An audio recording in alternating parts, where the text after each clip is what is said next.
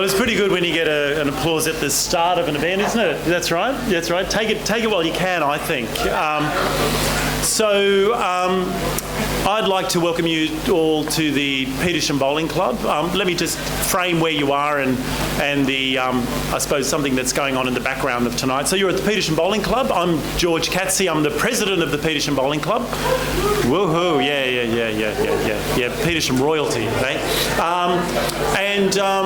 Petersham Bowling Club, for those who've never been here before, it's a community-run club. We took over this was going to be developed into townhouses, and it was all going to go, and we sort of did a rear action. The community fought it, took it over. The old bowlers had lost their right to be custodians of it because they were going to develop it, and we took it over 18 years ago, and it was a failed club, and it was really falling apart. So we volunteered and turned it around, and 18 years later we're still here, which is great. And we're not just here. So it's a beautiful story, but we're not just surviving, we're actually thriving. And I think our big claim to fame at Petersham is that, so we took over in September 2006, April 2007, we threw out the poker machines, right? Yay. So we are the pin-up club probably in the country. We've even had BBC do stories on us based on our stance against poker machines. And we are the counter-argument to gambling needed for clubs to survive. We're saying, actually you don't. You just need to engage, have an engagement model, not an exploitative model, and put on things that are really interesting, are based around culture and community. Is that me popping? Yeah. That's a familiar sound. Wow, this is really rock and roll, isn't it? Yeah. What's happening? Don't know. I don't know. I'll go. I'll talk. All right, cool. So we basically built it on doing great events that people are really interested to come to, and this is a thriving cultural community hub where we do lots of music, and it's beautiful that the poker machines were actually here on this stage, and we've turned this stage, because, remember pokies booted out the bands? Right. We booted out the pokies and brought the bands back, and lots of cultural stuff. So it's really exciting to be here for that. So as part of it, you may not know it, but this club has got terrible access, and we're using the money from tonight as part of our accessibility fundraiser. So your ticket sales go towards that. If you want to donate anything else, you can actually go to the bar and donate over the bar, or there is a fundraising thing, you can use that. So feel free to help us build this ramp and make it fully accessible. So anyway, that's the club, and that's where we're at. And I think this is a very fitting place for a conversation about music, it's about culture, it's about history, it's about venues, it's about a sustainable practice, if you like. How do you sustain yourself? And I think there's no better person than Rick Grossman, who's here with us tonight. So let me tell you a bit. Yeah, give him a big round of applause before we get going. So, before I start, a little bit of housekeeping. Ladies, the toilet is just down that runway. Men's are over there. There's a comedy show on downstairs, and there were people bowling outstairs. That's how this place rolls, okay? So it's a little bit rock and roll, a little bit, there's other gigs on. So let's talk about Rick. So Rick is he's an Australian. He's an Australian rock musician who's played bass guitar for two iconic. I love this word iconic. Maybe we can break it down a bit later. Iconic rock bands, the Divinyls and the Hoodoo Gurus, and I'd like to add Matt Finish on that. Yeah. So I brought my vinyl in, and we were playing it a little bit earlier. So Matt Finish, I think, is too. It's the start of something started with Matt Finish, which is funny because it says finish, but I think it was the start of something. And I think it was the start for you, and we'll talk more about that. He's been inducted into the ARIA Hall of Fame not once but twice for both Divinyls and Hoodoo Gurus. But he's more than that. He's a collaborator on Ghost Riders with Rob Hurst of Midnight Oil. He's also a mentor and teacher to young musicians, and he is with us here tonight. Can I have a big round of applause for Mr. George? Does that sound like you? Oh, it's uncomfortable. It's uncomfortable, isn't it? So we're here to make Rick uncomfortable. I think just being up here... No, I'll be all right, but... You'll be all right, yeah. So Rick's very used to being sort of bass player and sort of sitting back behind things, but to be front and centre is really different. And we're going to talk a little bit about, music and your life and, the things things where you rocked and maybe sometimes where you rolled a bit, and where you are now, and a bit about collaboration and music. But we wanted to try a couple of things different tonight. So we've got some vinyl here, if you like, to take us back in time. And me and Rick were having conversations about, what songs are really influential to you at different times of your life and different periods when you're going through different stuff. So Rick came up with 40 songs, right? He's had a lot of times when he's had to be referential and think about things, and he's picked 40 songs. So through the course of the night, we're going to try. This is Rick's idea. We're going to, we'll get the audience to pick a number. And it'll be somewhere on that list of 40, and I don't know what's on that list. And he's going to just talk about how that song is referential and what it means to you as part of your career and part of your life, and when it came into your life and where it sits now. So that's how it's going to roll. At the end of the night, if we've got time, we might have a few questions. If there's anything you want to ask Rick, where's that money that I lent you in 1982? I'm here, I want it back. You know what I mean? So without further ado, so a few people when I came here were asking, and it's because we work with a lot of young people, they want to know how you got started. How did you get here? Now, some of you might know the genesis story, the beginning, but I think maybe it might be a nice place to frame it, because I know you went to Scots College, right? Talk to me the jump between the cello and the bass, and then how you got into your first, because this is really important. How do we get into the music industry? Like, how did it happen? Well, my parents, our house always had music in it. And my parents loved musicals. I actually hate musicals myself. My mother really loved opera. I really don't like opera myself. But I like the spirit of opera, but I don't particularly like it. But and she basically forced me to learn violin when I was about 7 years old. And so to spite her, I would set my violin up next to her in the kitchen while she was making dinner and hack away. And a violin played badly is probably the worst sound you can imagine. So I did that, and then I wasn't particularly enamoured with that. And I went to the conservatorium where I used to wag my class. I'd go and sit in the botanical gardens and wait for my dad to come and pick me up. What had happened for me is when I was very young, I used to get the night terrors, and so my parents bought me a radio, and it was this big Bakelite radio, and it was like a security blanket for me. And each night when the light would go off, the radio would go on, and it had a fault in it where it would start to fade out. The radio would fade out, and I'd have to bang it. And this sort of terror, this creeping terror as the radio would fade out.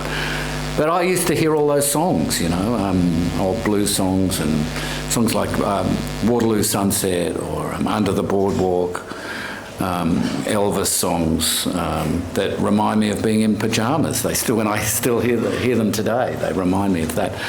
So that sort of music was sort of seeped into me, and my parents were trying to kind of get me to learn the classical music and play a classical instrument. And I went to Scots College for a while, and on Fridays we used to have to wear a kilt. And there's nothing worse than getting on a crowded bus with a kilt and a cello. It's not great, you don't look forward to that, really. But the sound of the cello I loved. And I don't have many regrets in my life. There's probably a regret I have that I didn't pursue the cello. But a guitar appeared in our house. I still don't know where it came from, an acoustic guitar, and I just started to mess around with that. And my mother kind of threw her hands in the air and gave up on trying to force me to learn the cello. And I just, I just became obsessed with this guitar. And a lot of people around that time, we were all about 15 years old, they were all picking up guitars in where I lived, and we'd go to people's houses and try and play our instruments, make this horrible sound. This PA really does not sound good. It's a big, horrible sound, this PA. I spent half my life complaining about PAs, so I know. This is good. This is like no pressure. It's like wow. So okay. and Yep. yeah, I don't know. I just seemed to become obsessed with the guitar and the music that was around at that time. And I don't know if you've seen the film Almost Famous, but that was me. I'd walk around to every person's house with my records, vinyl records under my arm, and yeah, I became really obsessive. It was almost a physical pain for me, music. You know, it affected me so deeply, and also, you know, I think I don't want to get into the psychology too much about it, but I saw it as a way to have an identity, I suppose. Being a musician, you know, I felt quite invisible when I was a kid, and it was a way to be visible. And you know, I used to at the time in Australia. Australia was 3 months at least behind the rest of the world as far as records being released, magazines, films. And I used to go get the bus from school. I'd go into town, into the city on my way home, and there was a newsagents, and I used to buy New Musical Express, Sounds and Melody Maker, the 3 English magazines. And I just used to pore over these magazines. And then I'd have to go and find the records that they were talking about. And, you know, I mean, I do some mentoring at JMC and the school, and the worst thing I can say to a student, an 18, 19-year-old, is, in my time, if I say that, they just, you know, do this. But, you know, I love being able to find stuff easily now, but it was fun, you know, to try and search out these records, and you'd finally find it, and you'd be on the bus on the way home, and you'd imagine what this thing would sound like, and then you'd kind of devour the cover while you put this thing on, and it was a ritual. It was a real ritual, and I was completely obsessed with it at the beginning. I still am, actually. So you started with guitar, so how did you get from guitar to bass? I mean, I can't really remember. How did that happen? A guy I knew had this bass, and I thought it was the most beautiful thing I'd ever seen. And he'd actually painted it with house paint. And it was red. I mean, and I did that to a drum kit once, and it's never the same. No, it's not good. No, it's not good. And he sort of cut the horns off the guitar. But I still thought it was the most beautiful thing. And I remember my mother gave me $20, and I bought it. And it had 3 strings on it, and a neck that was about that wide, you know. But I don't know, there was something magic. I can't really answer why that happened, but it was a kind of a magic thing, and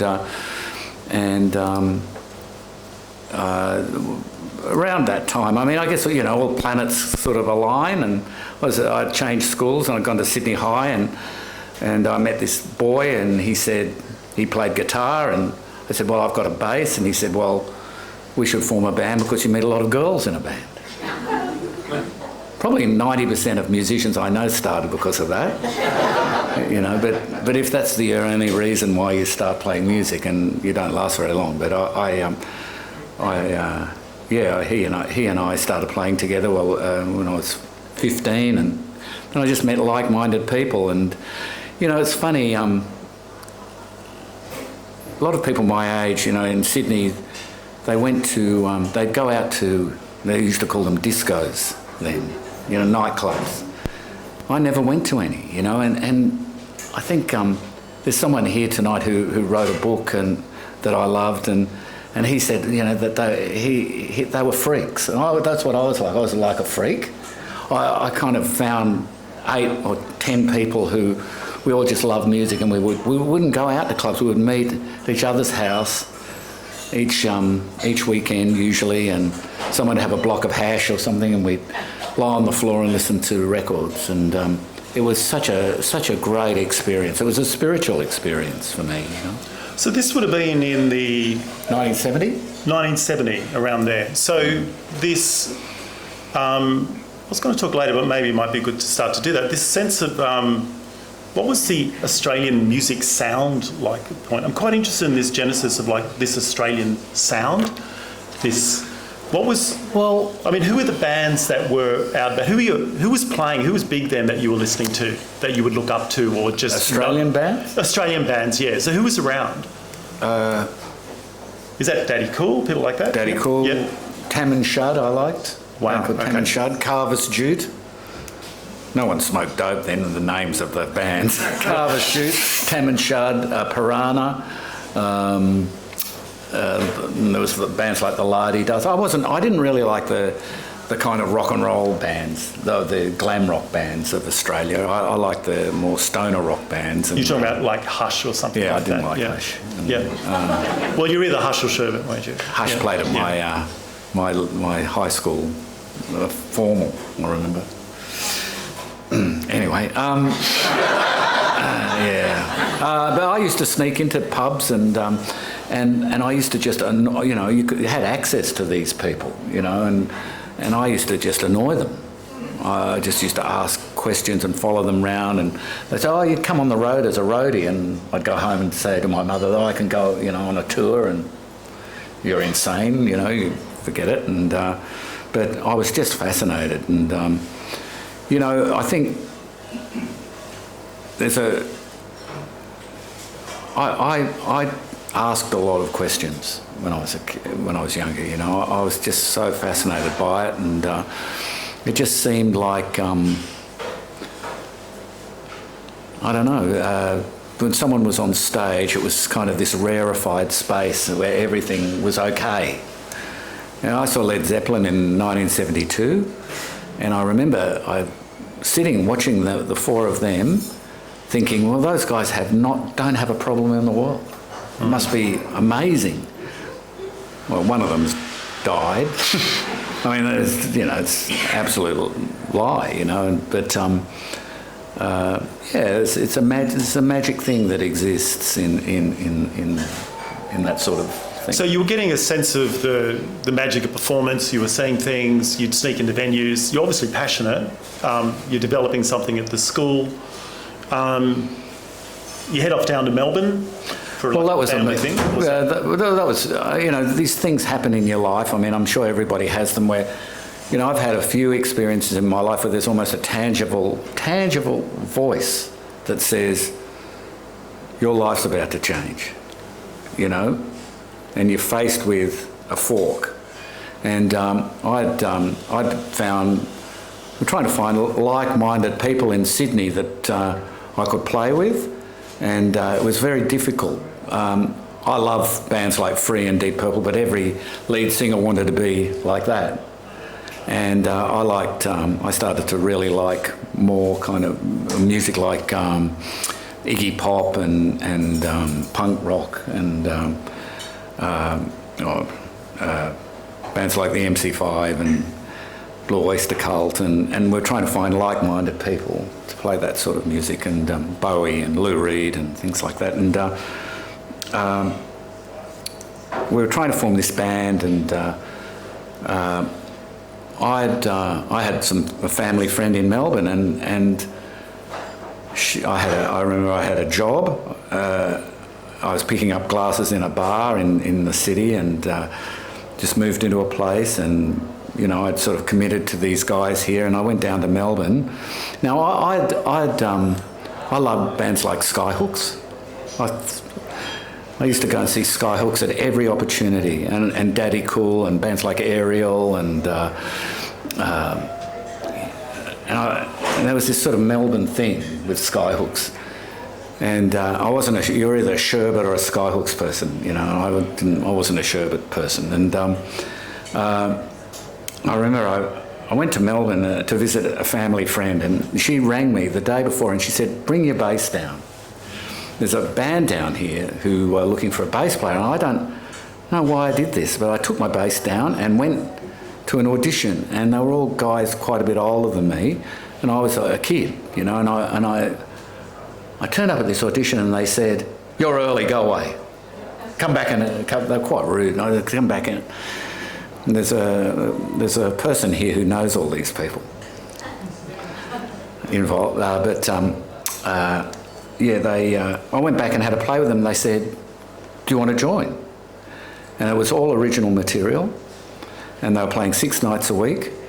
I knew one person in Melbourne. I had no money, and there was this fork in the road, and it was like this tangible voice that said, "Well," and so I did it, and boy, did I learn I learned about life pretty quickly.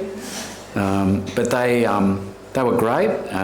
One of them, you know, I've been lucky in my life. I've had quite a few great mentors, and one of them, a fantastic musician called Martin Armiger, became a mentor for me, and he was the guitarist in this band, and the band was called the Bleeding Hearts. And my first gig in Melbourne, in the inner city of Melbourne, the dressing room was full of all those people, all of Skyhooks, Daddy Cool, Ariel, and they were all coming up, and I was like this kid, and it was one of the greatest moments of my life. They were all coming up and they're saying welcome. Yeah. Amazing. And I stayed in Melbourne for 3 years, and it was an education. Sometimes a pretty rugged education. Sure it was, yeah. So so I can see how you really had this really deep immersion very early into... so fortunate. Yeah, so fortunate, I get that. We know that it's hard work and luck, and you had some luck come your way. And then you did the hard work that went with it. So what brought you back to Sydney? You're coming back up here, you leave that band, you come up here, we start to head toward Matt Finish, is that right? Did you leave to come into Matt Finish, or how did Matt Finish come about? Who doesn't know Matt Finish? No, they're all good, aren't they? This is a good crowd, isn't it? Because a few people I know went, "Oh, I don't know Matt," but then those who do, really passionate. Yeah. So this was another moment for me. Now I'd become... how do I explain this? So I'd stayed down there for 3 years, and I came from Sydney. I really wanted to come back to Sydney. I had great experiences down there, met incredible people, lived in a house with Paul Kelly, just great. It's just great. And we're all starting off, we're all kids, we're all like naive, and it was a very exciting time. Bands like Jojo Zepp and Metal as Anything was starting off, and you go out to all these clubs in Melbourne, and you'd know everybody there, and it was great music, great original music. But I had this, desire to come back to Sydney. I love Sydney, and I became quite. I don't want to embarrass anyone who's here, but I will. One of my favourite bands of all time is Midnight Oil, and because of my love, a mutual love, I became very friendly with Rob, their drummer, who today is like he's like my brother. We've been through incredible stuff together and shared a life together, but we became friends. I can distinctly remember meeting him outside the Bondi Lifesaver, and both of us having a conversation in 1977 about the Who, and we just became friends. And then Midnight Oil would be coming to Melbourne and playing. They had their first album out, and I had this radio show on Triple R in Melbourne. I used to play their album and tracks off their album, and I loved them. And bands I was in Melbourne used to support them, and Rob and I became fast friends and great friends. We went out one day and he said to me, "We're going to change our bass player." He said, "How would you feel playing in Midnight Oil?" And amazing, and he said, "We get $300 a week," which was like, it was fortune. But I did what I've done a few times in my life, completely jumped the gun and left, arrived in Sydney, went round to Rob's place, and he said,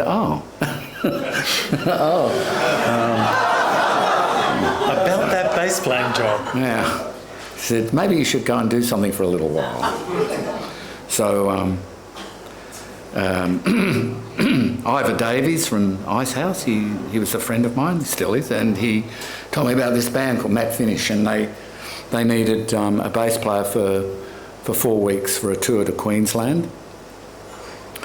And Matt Finish were, pardon me, were like a funk band. They were a kind of jazzy sort of funk band that had a residency down at the Rocks, and I'd come out of this Melbourne thing, and I was sort of into punk rock music, and this thing happened. It was quite amazing. I was just filling in for 4 weeks. I didn't know them. Off we went on this crazy 4 weeks in Queensland. Now, there are a few people in here who might understand what this is like, but so the promoter's given us a residency in Coolangatta at a place called the Jet Club. And the Jet Club, we had to play 3 sets a night, and what would happen is they would bus people around the Gold Coast. So the club would fill up, then be empty, then fill up. And then the agency said, we've got great you stay on a beach on the Gold Coast, and they gave us the worst place. I mean, this place that we stayed in, it was full of cockroaches, and it was on the worst beach on the Gold Coast. And so what did we do? We did what a lot of bands did then. We just numbed ourselves, and we'd go and pick magic mushrooms and make soup each night and go down to the Jet Club and play. And through this experience, we all kind of bonded. And by the time we got back to Sydney, we were really good, and we'd written all these new songs. And we got back, and I just fell in love with Matt Moffat, who's the singer in this band. I just fell in love with him as an artist,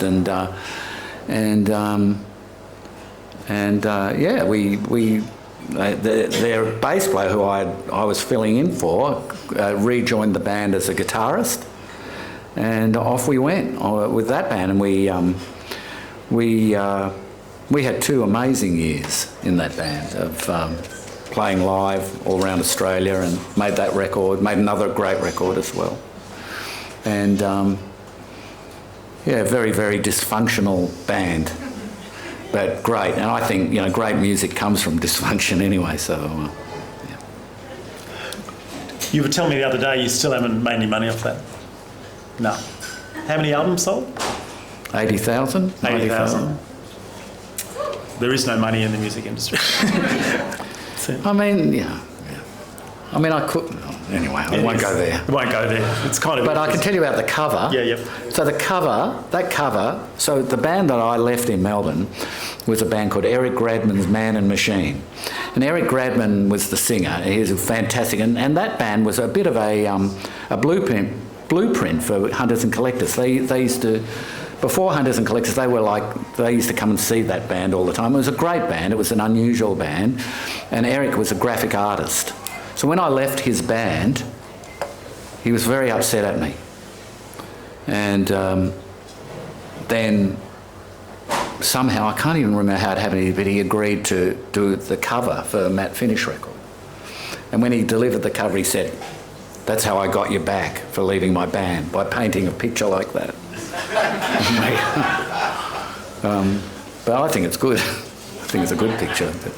Why don't we pick one of your songs of influence now, before we move on to the Divinyls and stuff, yeah?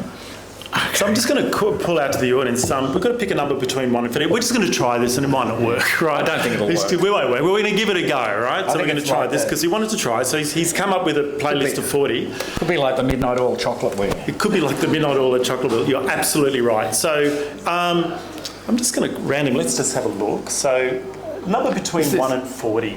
17. 17, okay. 17. All right, here we go. Great. What was your name? BT's my name. BT's. Oh God. 17. No pressure. No pressure. So these are songs of influence. Where you're going to tell us why they're so important. We're actually going to play them. Are you plugged in? Yep. Yeah. Yep. 17 on the list. Okay, so I like punk rock music, and I heard this song, and I heard the bass playing on this song, and it had a huge influence on me. And I later met the bass player, and he told me that he boiled his bass strings, and that was the secret. Oh, he boiled them before? He boils them. No, because the bass strings wear out, and he would boil them. Yeah. I think it's a great song. We don't have to play the whole thing, but... Do you boil yours now? No. No. All right. Nothing like a good lesson. Yeah. All right. Let's see where we go. Great bass playing in this.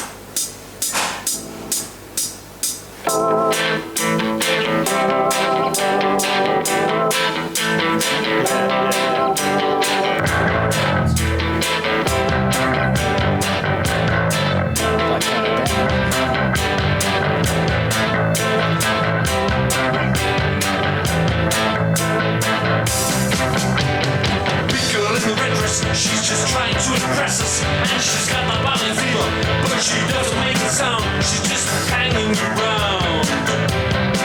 She's just hanging around. So what year was this? With a hush and steel bullet, there's a million of them selling, and the buyers can be found. They're just hanging around. 1978, that's the Stranglers. Just hanging around. Yeah, they're trying to guess it. I can hear the brains wearing over. Yes, I love that band. Great bass playing and great sound, and that's a visceral sound for me, and really, can I just talk about this a bit? Yeah, it's your... you can. Well, you can I don't talk, want to, yeah. Yeah. Should we let him talk? Let him talk about it a bit? Yeah. No. Well, what I was going to say, I think this is not so much about bass playing, but what... Someone asked me a while ago, what is it? Why do you play music? Why does music? Why is it? It's a very good question, isn't it? Why is it such a big thing for you? And I thought about it a lot, and I'd be walking around the house when I was a kid, and my parents would have West Side Story or something on it, and parts of songs would affect me. I remember it it was like a physical thing, like a chord progression, or it's a really hard question to answer. For me, I can actually say music saved my life. I mean, I don't want to get too corny about it, but it did. And it at a time in my life, I started retreating into a sort of a fantasy, what was happening in my family, and I sought comfort in music. So I would just sit with headphones on. I used to drive my mother crazy, but it was a soothing thing, It was a relief, a release. It was a beautiful thing, and I still get that. That's why I still do it. So when you had those headphones on,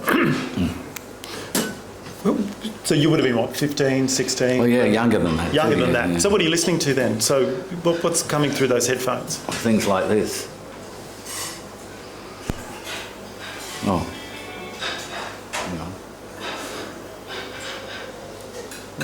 Why is it doing that? No. Oh, well. I don't know why it's doing that. This is why we don't have tech on stuff. Oh, no. Well, this is a good example too. I mean, I love this song too. Zeppelin song. Used to make me cry, this song. What's that? You won't cry now? That's right. No, I'm trying to find earlier things, but this is a huge song for me. To shine, I would still be loving. Last song they did when they played in Sydney. Where did they play in Sydney? When the showground. At the mountains showground. crumble to the sea. I listen to it now, and I mean, it's my music brain just picks it apart now. So I wish it did. It's a great song. Kind of woman, I give you my all. Kind of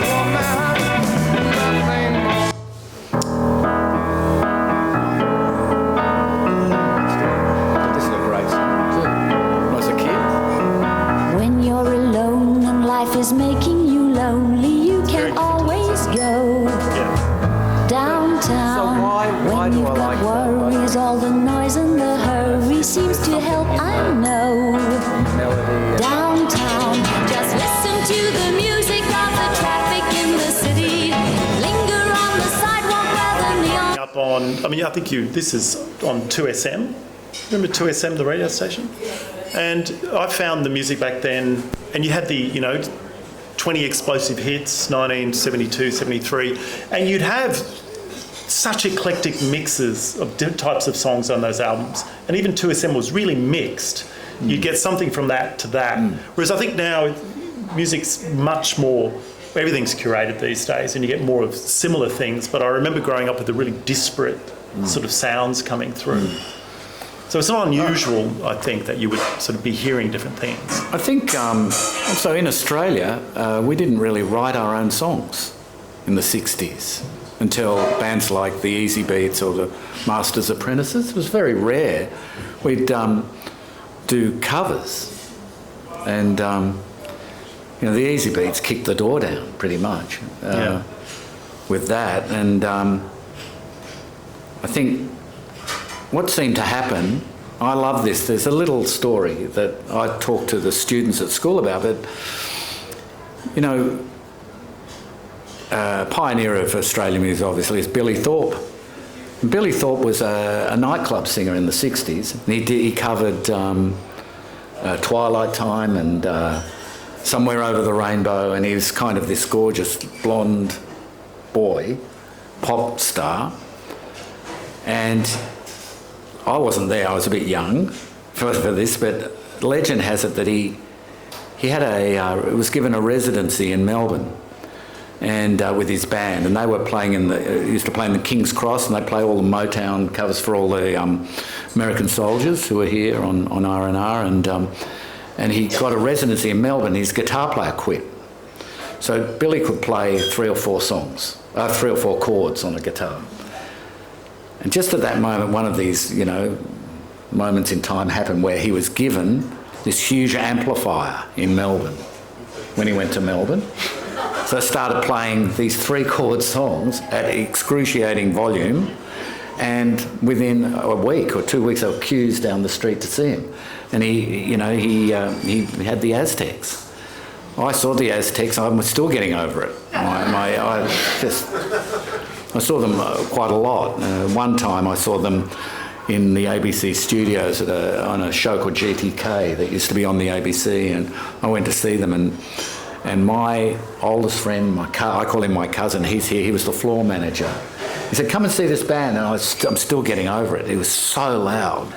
But he had that punk rock thing, this sound that most bands have sort of borrowed from after him. And it's that Australian sound, that 4 on the floor sort of thing that we all have. Talk to me more about this Australian sound. So, we can jump through the bands you've played in a moment and stuff you've done, but there's this sound emerging, you're saying, through this period. People starting to write their own songs as well. Wall of amplifiers, coming through. There's a particular, the venues, the smell of cigarettes, beer. I remember a lot of people here would have gone to pubs at the time. They felt dangerous at times. I remember going to the Civic to see Mental as Anything and got it wrong and showed up for the Severed Heads. Fatal mistake. That was terrible. It was like a terrible mistake, and me, the little boy with this nice shirt going in, was like, and it actually felt dangerous. There were times the street was dangerous. There was no OH&S, people, projectiles, things. I remember all that happening, but there's this sense of energy in that room. Is that where it came from, the Australian sound? And is it uniquely Australian, or we just like to think it's Australian? I think it is. I don't think the pub scene in Australia, I think, was unique. Yeah. From what I can gather, England had its own sort of scene, but and its own political climate. We had the kind of the working class thing in Australia, where most bands formed out of pure terror. You know, you go out there and you go out to Blacktown on a Saturday night to play in your band, and you had to confront the audience. It was no good standing on stage navel gazing. You know, you had to actually perform and push your music out into the audience. Otherwise, they would just tear you apart. They'd throw stuff at you, and it was scary, but it was really exciting. So you're saying that's too, the way you confronted the audience was through energy. Yeah. Energy and... But it's, yeah, but even bands that, someone like, I don't know, Split Ends, or, they still had that projection into the audience. You had to entertain the audience. Nothing like going on before Midnight Oil at the Royal Antler, let me tell you. But, the bands I was in, that band, the Divinyls, we were taken out into those beer barns by those bands, the Angels, Midnight Oil, Cold Chisel, and we had to, if we wanted to survive, we had to perform, and then we were able to go back. There was no internet then, and people went out, and no mobile phones, and people would, we were if you were good, you could go back a month later and play there on your own, and people would come and see you, and it was great, terrific. I've had everything thrown at me though over the years. Did any of them get you? Oh yes. Oh yeah, sure. I'm sure they did. Yeah. How did that this Australian sound? I mean, obviously the bands you were starting to tour. The Divinyls were touring overseas. Obviously the Gurus have toured overseas. The Divinyls were first. How was that received initially? This particular, and was it? Seen's not the word. Was it heard as being different? Like, did they recognise it as different? And is that what made you interesting, or was there kind of an indifference or a curiosity about this sound? There was a curiosity. I think what I first noticed the first time I went to America, the people whose records were really big here, you go and see them, they weren't very good live. Because they didn't You're talking do... overseas bands here, yeah, right? Yeah. Because they didn't play 5 nights a week.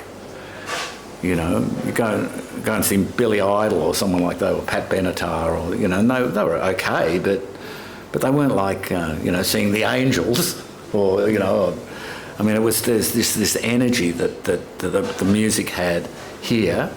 That, I mean, maybe I'm completely wrong, but I thought it was very, very unique and very special here, and people loved it. When we went there, and I know that people like Guns N' Roses and Nirvana and Pearl Jam, we used to sort of talk about the Australian sound, this sound that bands had, this aggression that they had. I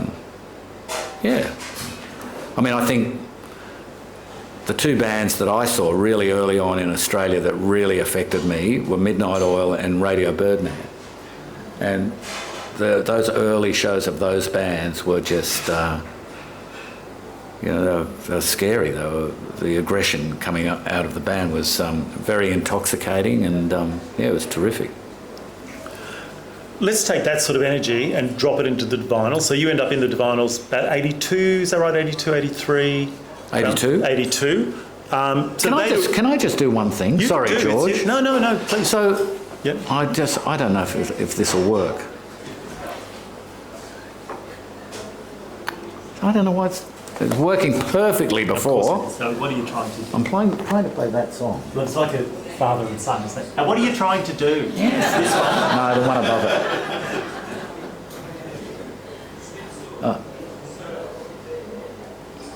Sorry about this. Slick show. What's he doing? I know. What have you done? I haven't done anything.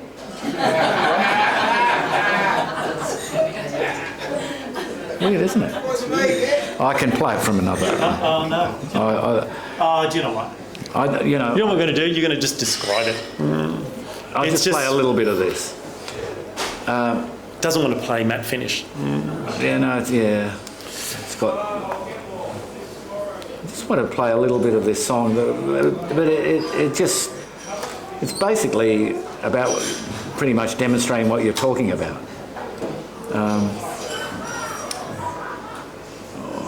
Tell me I can't. Oh, here it is. Let's see if this works. We'll give it 10 seconds and then we'll give up. Yeah? No, it's just doing the same thing. Sorry. It picks it and then the computer says no. Computer says It says it won't do it. So just name the song you were trying to play. So it's a song called Fade Away, and it was it's a great sort of Australian. We recorded this song because we were really disappointed in that album, the way it sounded, and we got a mobile recording studio, and we put on 2 parties and recorded them.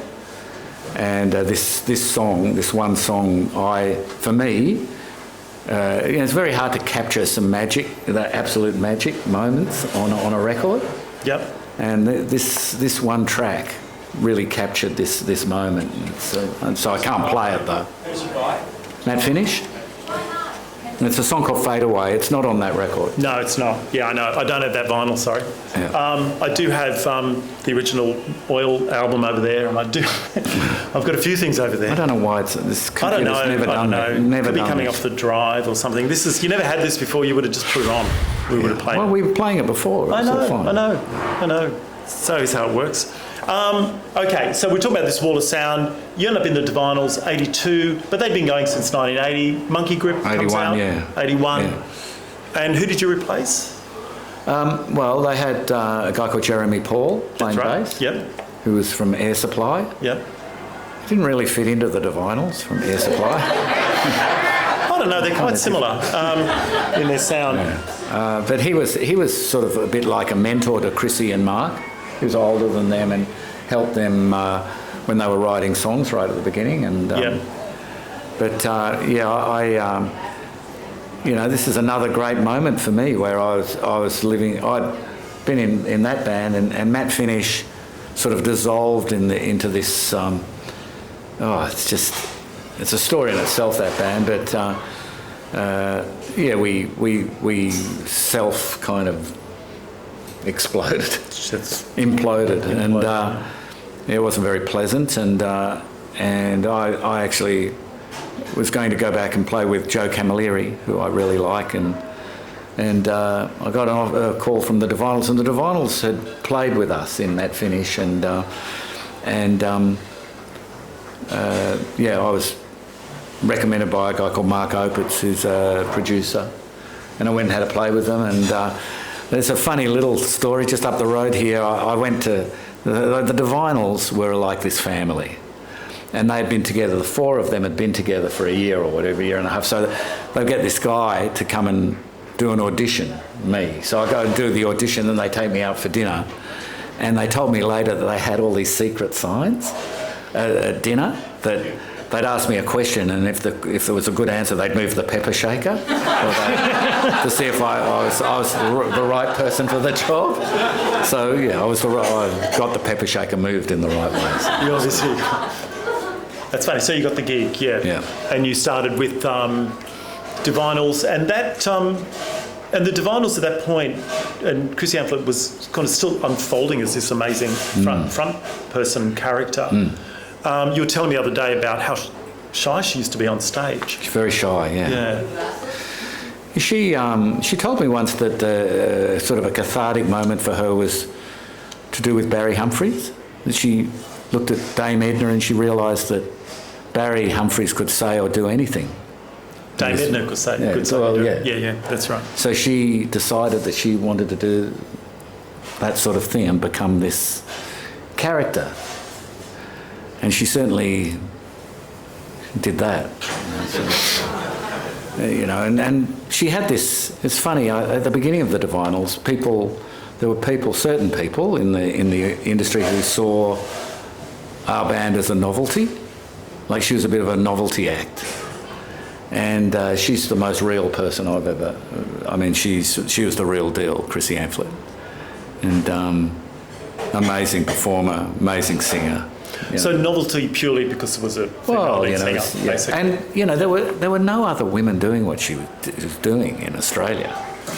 You know, and it was a man's industry, the music industry. It was a male-dominated industry, and out she came. You know, there were female singers who were amazing. You know, like Renee Gayer and Deb Conway, but there were no of those really visceral female rock singers.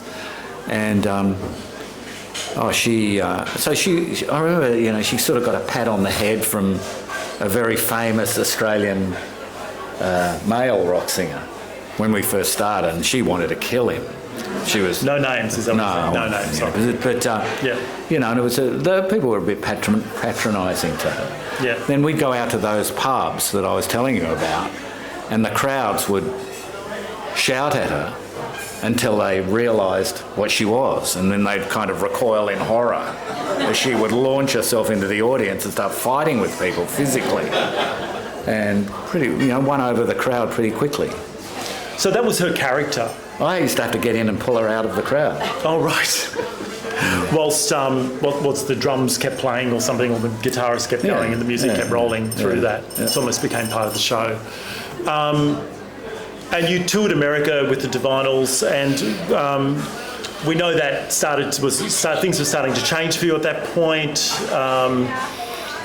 We could just touch on it through the notion of the addiction coming through and not being part of that band anymore, and you had to leave. Yep. And we just got a comedy store coming out. Oh, there's the comedy store coming Yep. out. That's great. Yeah, good on you.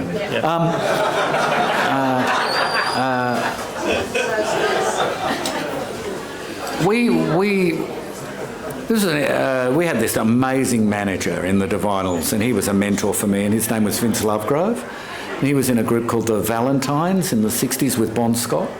Wow. And he had so much front, Vince, that he managed to get us this record deal.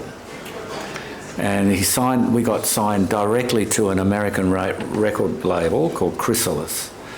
And we were kids, you know, we were like, I'd never been anywhere in my life, you know, other than, you know, pubs in Australia, but I'd never been anywhere. And all of a sudden we go to New York for 4 months recording our first album. And we're given by the record company apartments. We weren't staying in hotels, so we were actually, lived there. And it was an incredible experience. And I remember we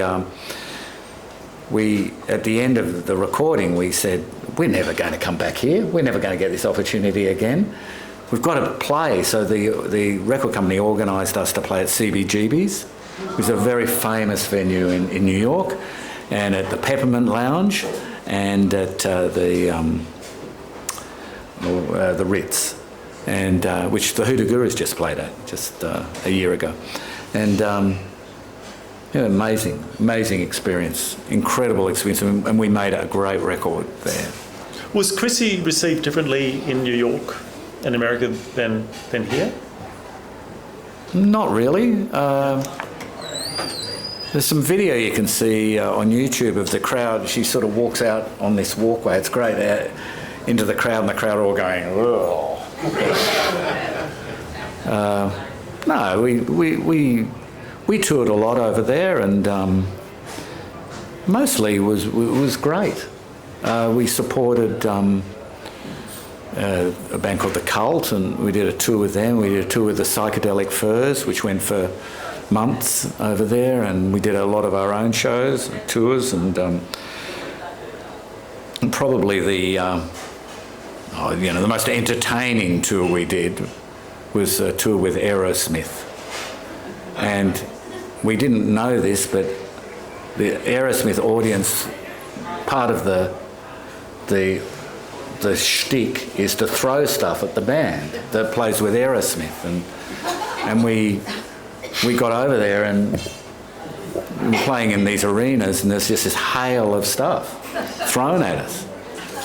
We had 1/8 of a stick of dynamite thrown at us on stage. You know, these things exploding, coins and all sorts of stuff. And we, after the third gig, we said, we're going home. And Steven Tyler, singer in Aerosmith, said, you can't go home, I'll introduce you. So he used to go out on stage and introduce us. Didn't really help that much, but he still got stuff. But it was good. It was an amazing experience. And all those experiences in a band, they add up, So we'd come back and we were a bit different. When you come back to Australia, you're a bit different. You've learned something else, and it was a great band, and it nearly killed me, that band. But intense, I like intense bands. So look, in a way, I mean, you left. You were asked to leave, I believe. No, I left. Yeah. You left, yep. And you went through this period of just, I suppose, how might we put it? Getting your house in order, I suppose, or changing things a bit. Yeah, I think first met Rick when I was doing a podcast about the Buttery, and we were talking about his experience in the Buttery with drug rehab. It's a drug rehab, yeah. Yeah, and doing that. What were you listening to in that period? What songs got you through this period? Because you're out of the Divinyls, right? So Divinyls has ended. You're in this period of rehab and everything that is. You're not in Hoodoo Gurus yet. What did I like then? What got you through that? Got me through it. Firstly, did anything get you through it? Well, you weren't, when you were in rehab, you weren't really allowed to listen to music. Oh, you did a little bit, but not much. Rob Hurst sent me a cassette of Diesel and Dust that had just come out, released, and that was. I used to walk around Sydney with that when I got out of the rehab, listening to that over and over again. Loved that record. Sinead O'Connor. I loved Sinead O'Connor at that time. Simple Minds, I really loved. Some Dylan stuff I really loved. Well, I don't know. I can't remember. be too specific.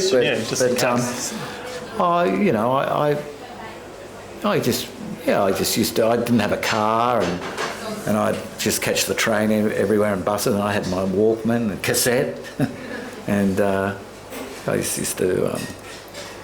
Just trying to remember what other cassettes I had that were permanently in there. I can't really remember now. I remember Sinead O'Connor though. Yeah, that's that was right. profound. Yeah. I love Sinead O'Connor.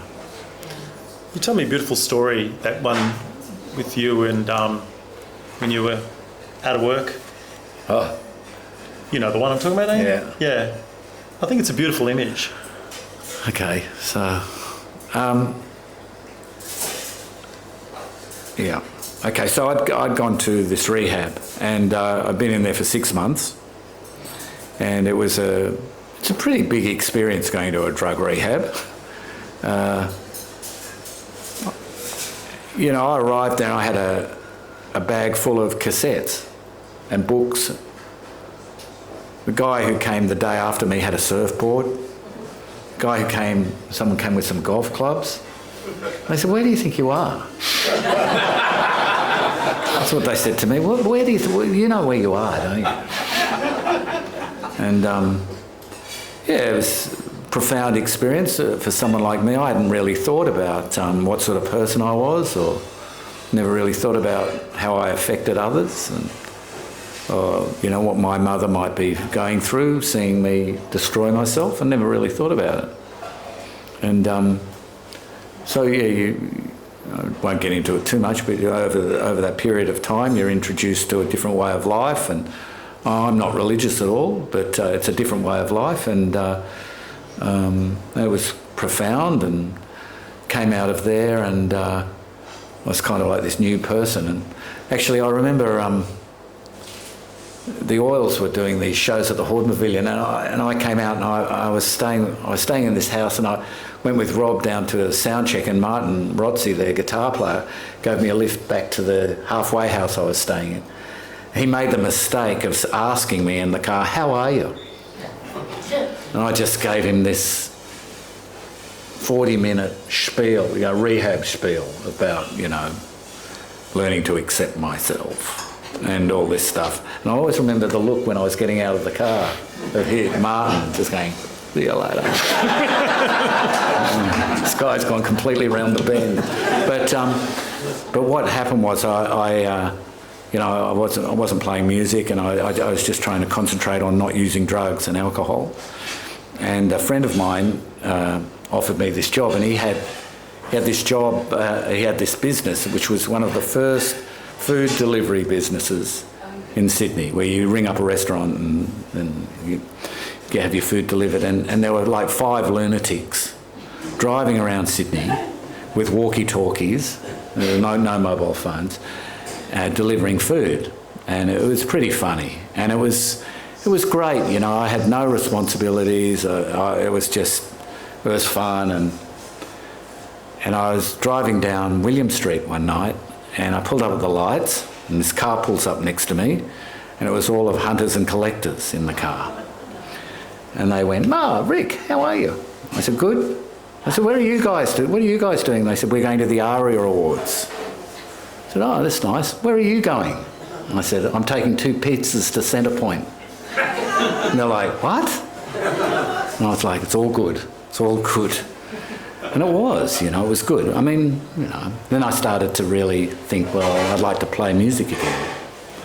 And how am I going to do that? You know, how am I going to be able to play music and not go back to the old ways? And again, you know, in my life, something came along that would not have come along if I hadn't gone through what I went through. And that was to be asked to come and play with the Hoodoo Gurus. And the Hoodoo Gurus, I knew them. I knew their drummer really well. We'd always crossed paths when I'd been in the Divinyls, and they, I went down to have a play with them, and they said to me, oh, we've seen you play. We know how you play. It's what we've heard about you. And I said, well, you know, at that stage, I think I was 10 months off alcohol and drugs, and I said, well, this is what I'm doing, a day at a time. I won't go back. And they said, fair enough. And they said, what's your favourite movie? And I said, Dr. Strangelove. And they said, you're in. True. It's important in the Hoodoo Gurus what movies you like. What movies you like. Talk me through a bit about when you have to, so it happened in the Divinyls, you're coming in with the Hoodoo Gurus as well. When you come in and there's been people in your position prior, and there's a whole list of people, I think you've got the original drummer James Baker was sacked from the band, August 84, replaced by Mark Kingsmill, who's, you replaced Clyde Bramley. Obviously, Mark's been replaced as well recently too. So there's just these changes, but we've got these... Recently, 10 years ago. 10 years ago, sorry, I know. I'm sorry, I'm just trying to... I've got notes, I'm moving around my notes here. So this sense of coming into bands where there's been other people in... You're taking over other slots. I mean, what's that like? I mean, because the Hoodoo Gurus obviously had, you know, made a name for themselves. So you're coming into either play the old way, but how do you bring yourself into this? How do you bring Rick into the position that's been held by somebody else? And then how do you then collaborate back in to make yourself part of that? Because you've done this, you've moved a few bands now, so you must be getting a sense of it. Well, it's a kind of hard thing to talk about for yourself, you know, because I've got my own way of playing a bass guitar. You know, a while ago we were doing we were doing one of these Red Hot Summer shows, and we were on with Darryl Braithwaite, and his bass player, really nice guy, in his 40s, comes up and says, oh, you know, really like that Matt Finish record and the Divinyls, and how do you get that sound? And I said, I don't know. And he said, oh, right, you're going to be really secretive, are you? Oh, right. And I said, no, mate, I don't know how I do it, you know, but I've got my own way of playing. And I've always been obsessive about that. And when I was 15 years old, I remember my godmother, I don't know why it stuck in my head, she said to me, she was an actress, and she said, if you want to, the most important thing is to have your own style of doing something. And you know, I can pick up a bass guitar and I can have a $5,000 amplifier, or I can have a $10 amplifier, and it kind of sounds pretty much the same. And it's the same with, you know, other musicians. There's one sitting in the room, or a couple sitting in the room actually, who are the same. You know, a guitar, they'll always sound like them. Brad in the Hoodoo Gurus will sound like Brad. And I think that's one of the reasons why I've been asked to join bands, because just the way my style, I mean, I remember going and having a play with Neil Finn when he was starting Crowded House, and they were looking for someone, and it wasn't right. Okay. You know? Yeah. So, maybe it's just that I've never felt I shouldn't be there. I never felt. I mean, the Hoodoo Gurus had a bit of a traumatic thing with their first drummer, James Baker, because James has his own style, and he was kind of like this sort of cult figure in Sydney. And when he left, was asked to leave, and they got Mark, there was a lot of kerfuffle. There was a big drama about it. But I've never, Clyde left the Hoodoo Gurus, and Clyde's a friend of mine. I really like Clyde, and I've never felt any sort of weirdness like that. So I think that they asked me to do that because of the way I play, and I get asked to play with different people because of that. It's not that I'm like some technical genius or anything like that. It's just the way I do things. Right. So you bring in. And we say if I go and play with Rob, for instance, Rob and I have a certain chemistry, the way he plays, and his songs, and how I hear his songs. I mean, we have this thing, where he'll ring up and say, "I've got a song. Can you come and play the song with me?" And I'll say, "Can you send it to me?" And he'll say, "No. I want you to just come and do it." And that's a good thing to do. Your first ideas are always the best. Is that, do you, because you've got this side project, Ghostwriters, where, how different is that to, because you've got, obviously Hoodoo Gurus is the main gig, and you've just come back from touring, you've been in Brazil and in America and all sorts of places, and that, just your 40th album release, what did that go to in the charts? Number 7 or something, I believe. It was huge. So there's still this huge legacy, and you're still producing and you're out there. How important is the side project with Rob for you? What does that bring to you? Oh, that's Rob. And that's been going for how many years now? We've done 93 or 94, something like that. We were away on holidays, and I had a little multi-track cassette player, and we just started messing around and made a record, and it's a total labour of love. Financial disaster, commercial disaster. Commercial disaster. We've made 5 albums, and it's joyous to do. And he's someone who, I mean, as far as collaboration, I've learned so much from him. About collaborating and taking a song on a journey. And I go to him with some idea for a song, and he'll say, "Well, let's just take it on a journey." I do this with the students at the school now, and I'll ask them permission. Can I take your song on a journey, just to see where it goes? And if you don't like it, we can always go back. And Rob pretty much taught me that. Yeah. How important is you to be working with the young musicians? Because Rick does a lot of work with young musicians, teaching, mentoring and stuff. Oh, it's incredible. I mean, I should talk about. Do you want me to talk about this song, what happened yesterday with me? Yeah, well, we are going to finish in a moment. Oh yeah. Rick, are we? We're close. We can't actually do those numbers where I call them out, because it doesn't mean anything. We just get this random So we thought we'd try, and it didn't work. Actually, the tech didn't support us on it. I mean, I'd like to get to a point if people want to ask something. That's what we're going to do. But I think when I first started working at the school, the reason I worked there is because of a great musician called Ian Miller. And Ian was the guitar player with John Paul Young and Stevie Wright. Great man. And he got me to go in and just to do... It was a different facility then. It wasn't a university. And I really liked it. I really liked the guy who ran the music course. And so he liked me, and I started to do this stuff. And at the time I thought, oh, well, I played in all these bands. I'll be able to do this. And that's not true. I've had to learn how to become a teacher. And I have to relearn that constantly with the changing students. You know, it can be a minefield, teaching. Yesterday, you know, I mean, there are a few people here. There's one in particular, Anna, I'll embarrass her, but how many times I've Anna, I need to talk to you, I want to kill this guy, you know.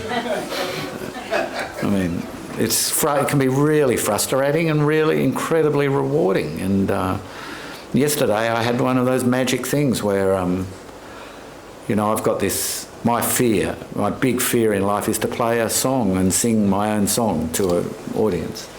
And I'd much rather be behind a lead singer, you know. They can have the stuff thrown at them. Rick, I think that's a great lead-in for you. I think others may beg to differ. Is that the comedy act? That's the comedy downstairs. I think that's a great lead-in to you maybe singing a song. Okay. And you can tell us the story. I'll go say Rick's quite nervous about this, you know? Yeah, very nervous. I just tell you what happened yesterday before I try and attempt to do this. So I was talking to someone yesterday at the school, and she's someone I've worked with for quite a while, so I know her reasonably well. She's an ex-student, and she was going to come tonight. She couldn't come because she was working, and I said, I'm thinking about playing a song. And she said, you should play a song. And I said, I don't know, vacillated about it, and she said, play it for me. So I played it to her, and she's 27.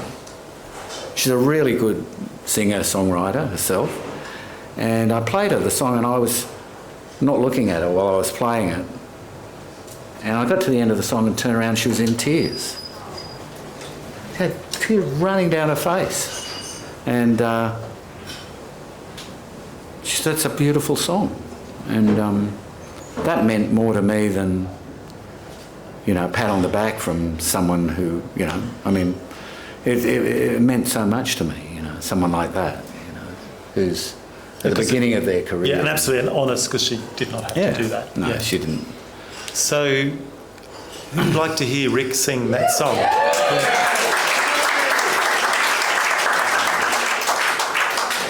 I can't chicken out now, can I? What's that? I can't chicken out. You can't chicken out now, can he?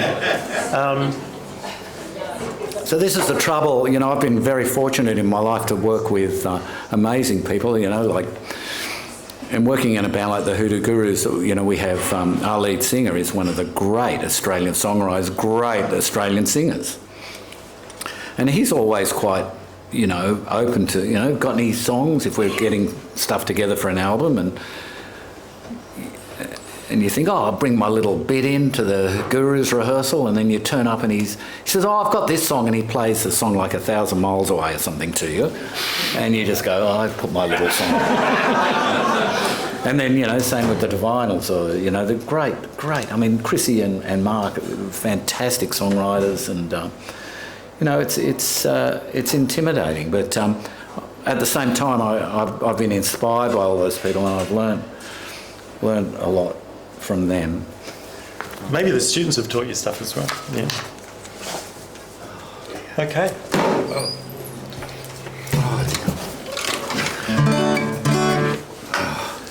Why did I do this? So this song.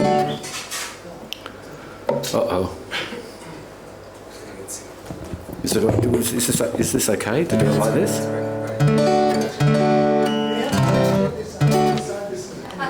This is like a house party. Here we go. So this song it's a song, it's called Wildlife, and it's not about animals that you find in the zoo. It's about other kinds of animals.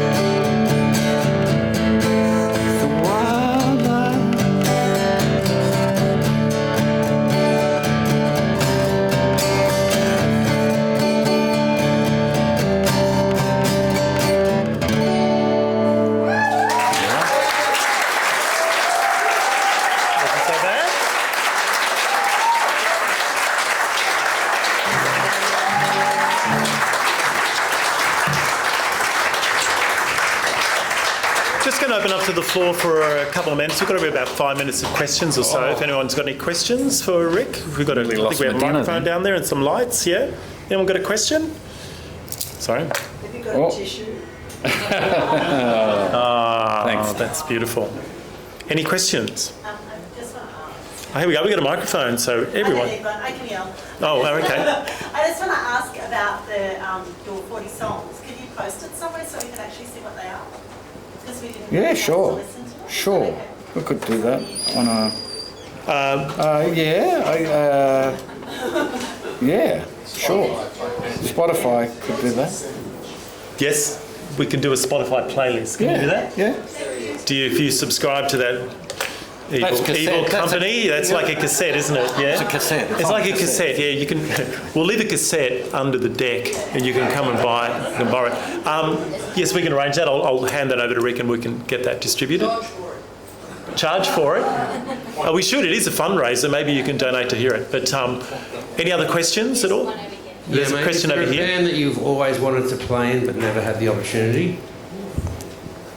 Watch your eyes with the lights so that we can see you. They are there. I can see you. There we are. At the risk of embarrassing someone here, I'd say Midnight Oil. There've been 3 opportunities in my life, sort of opportunities, where Rob has said,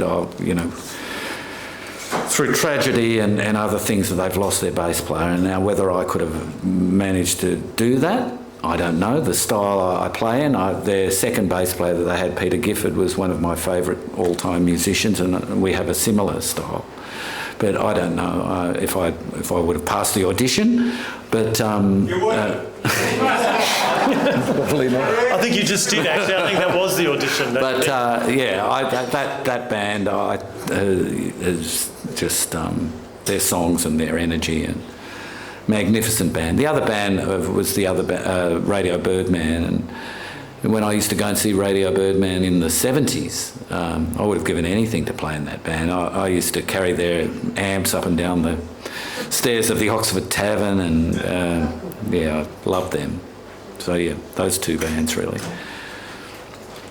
Can I just tell one little story I wanted to tell? Yes. We'll ask. So there's this band I was in Melbourne, and I did this interview a couple of years ago, and I tried to explain this to this journalist, and I don't think she really understood what I was saying, but which is not unusual. But when I lived in this house in Melbourne, I lived with these guys from Adelaide, and Paul Kelly was one of them. We had this great house, and we had this band called Parachute, and Parachute were a very serious band, and we played Velvet Underground songs, Bob Dylan songs, Patti Smith, Television, all these serious stuff, you know.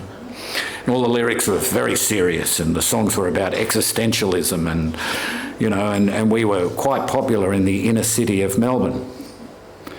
And I was, very young and learning what not to do on stage or what to do on stage, and so we one night we get this gig in the suburbs of Melbourne, which is very similar to the suburbs of Sydney, pretty rough, and so we go out to the suburbs, and we're supporting a band called Mother Goose. Now, we got on stage with our serious songs, and the audience threw so much stuff at us, and were enraged, and people walking up to the stage and, "Get off!" And I remember walking off, and the Mother Goose came on, and I'm looking at this guy who has a big red beard and a ballerina's outfit, and the crowd's going wild over them, and I thought, this is going to be hard. This path is going to be hard. This is a hard path. Yeah. Pick your acts, I think. Yeah. Isn't it? A lot of people are going to go out and look Mother Goose up, for those who don't know. Yeah. Baked beans, great moment beans, in Australia. Well, they're from New Zealand, but Yeah. Last question. Oh, Here's one. Is that a question? Here comes a microphone, just so others can hear. What's the difference between playing in Melbourne and Sydney? Particularly 600 miles. years. Oh no, I They don't. have different crowds, and are they more into the music in Melbourne than here? bands, well, I don't know if it's the same now, but bands in Melbourne they used to say they were a bit more arty. Sydney bands, I used to, when I lived there, I'd go and see my local pub, every Sydney band that would come down. And it was, you know, Flowers and the Reels and Mental as Anything. But you'd have these bands like the Radiators who'd come down, and these rock bands, and they were big brash rock bands from Sydney. And well, Melbourne was more sort of introverted and had more sort of, I don't know, there was an electronic sort of punk rock thing going on down there, and Boys Next Door, and a lot of alternate acts. And there was a place called the Crystal Ballroom, which had a big sort of punk rock scene that was great in St Kilda. Yeah, it was different. It was different. I know when I moved to Sydney, I had to get a much bigger amp. I remember. I had this amp that was fine in Melbourne. As soon as I got up here, it was like, got drowned out. You got drowned out and had to turn it up. Any last questions before we finish up? There's That's one. it? No, is there one up there? Oh, there's two. Okay, we'll make them quick. Here we go. Yep, here comes the microphone. BT's not. And we'll leave it at that those quick. two. I probably don't need the microphone. Can you tell us about your Triple R radio show, Rick? Yeah. Does Triple R know that you had a radio show there? Do they know? Does Melbourne celebrate you because of that? That's a big. Well, they will be now. So, my Triple R radio show. Triple R was in a terrace house then, down near on the edge of the city in Carlton, and it was. They gave me this show. I can't even. Well, I was friends with a woman called Nadia Anderson, who used to run Triple R then, and she offered me a show, and it was an all-Australian radio show, and it went from 10 p.m. till 12 p.m. on a Tuesday night, and I'd take my records in there, and they had a good collection of live cartridges of bands, and I used to do that. But Martin Armiger, who I lived with, also had a radio show on there in the morning, and there were a few times where I'd wake up and Martin has gone in to do his radio show and has fallen asleep. So all you can hear is the record going, and I have to ring the radio station and wake Martin up. So that's what it was like then. So it wasn't ultra professional, but it was a lot of fun. And I remember being in there one night, and the phone rang, and it was a guy called Ball Bearing. And Ball Bearing was the head of the Hells Angels in Melbourne, and he said, because Jim, who's here tonight, will know, I went and saw the Midnight Oil play at Broadford, but they have a concert every year called Broadford that they put on, the Hells Angels, and he said, how about I come round and we're going to give away a few tickets. We'll fucking give away a few fucking tickets. I'm like, oh, great, because we're not allowed to swear on the air then, and I'm like, oh, he says, what do you reckon? I'll just turn up. I'm like, oh. And it's like 10 o'clock at night. So he comes in, and he had his son with him. And he, of course, as soon as I turned the microphone on, he was the most eloquent person you've ever met. And we talked about the concert. Then off the mic went, and then out came this huge flick knife and a bag of speed. There you go. Couldn't refuse it. But it was great. It was a great thing, and it was, it was innocent, that place, it Triple R, and it was like Triple J, Double J, when you could walk into Double J with your cassette and they'd play it, It was a fantastic time. Great story. There was one last question, I believe, over here, and then we'll finish with that. Yeah, hi Rick. I'm just interested in saying how music had such a profound impact on you when you were very young.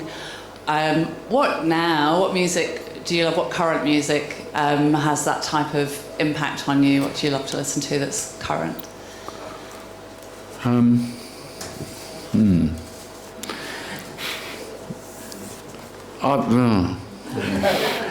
Do you mean like new bands, new music? Not much.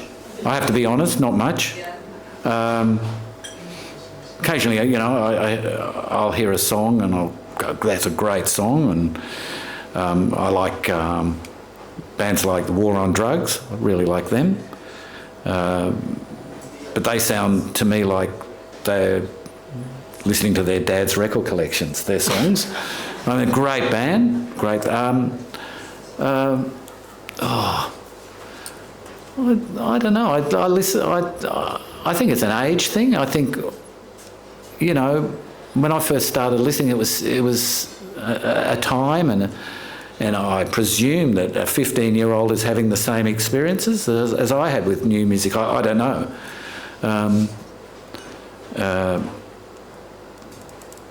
I haven't heard anyone say to me, you know, the greatest moment in my life was seeing Tash Sultana at the Enmore Theatre. I haven't heard that, you know. I quite like Tash Sultana, but, you know, it's not like this profound thing.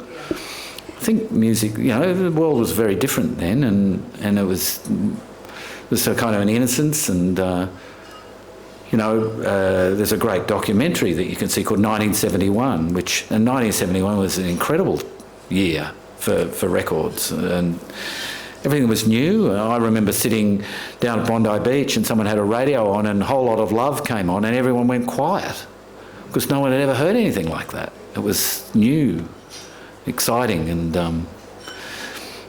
I don't know. Maybe there are a lot of new things now.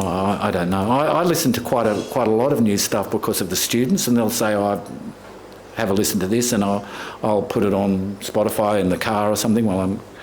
And there's some great songs, and I still listen to Bob Dylan, though. You know, shocker.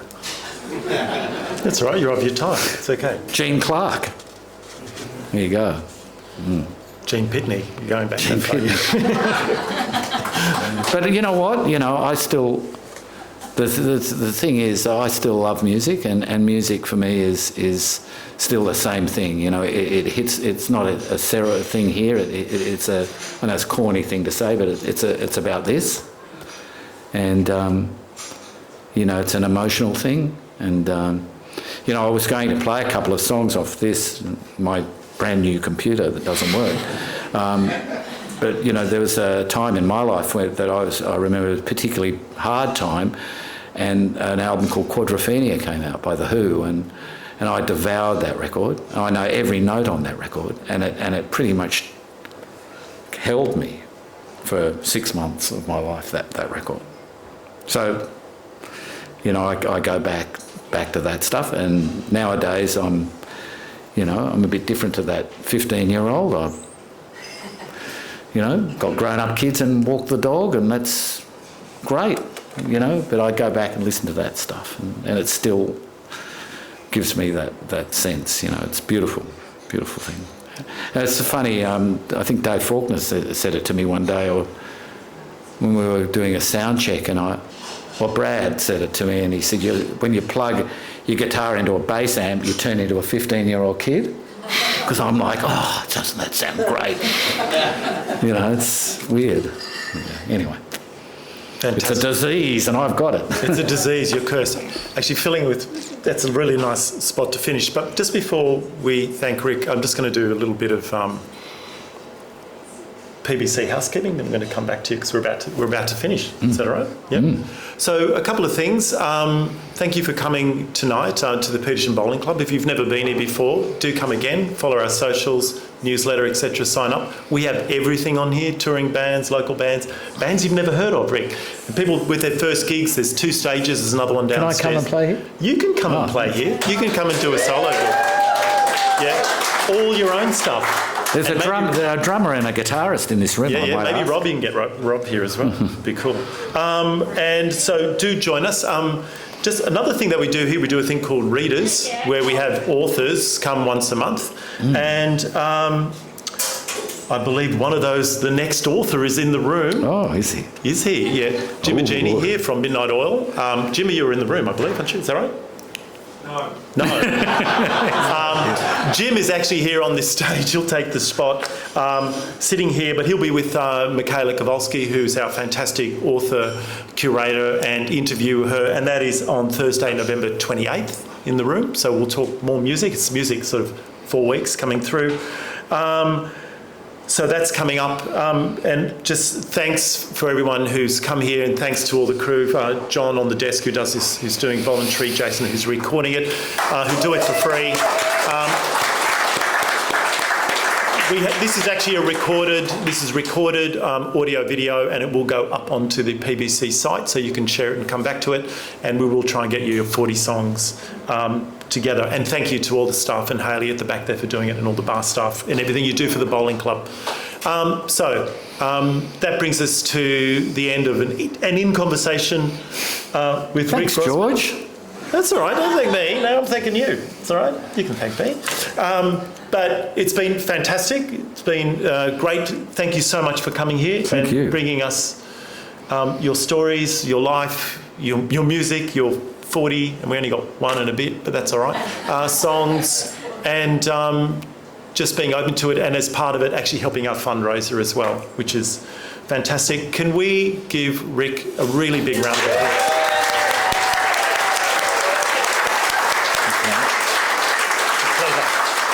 And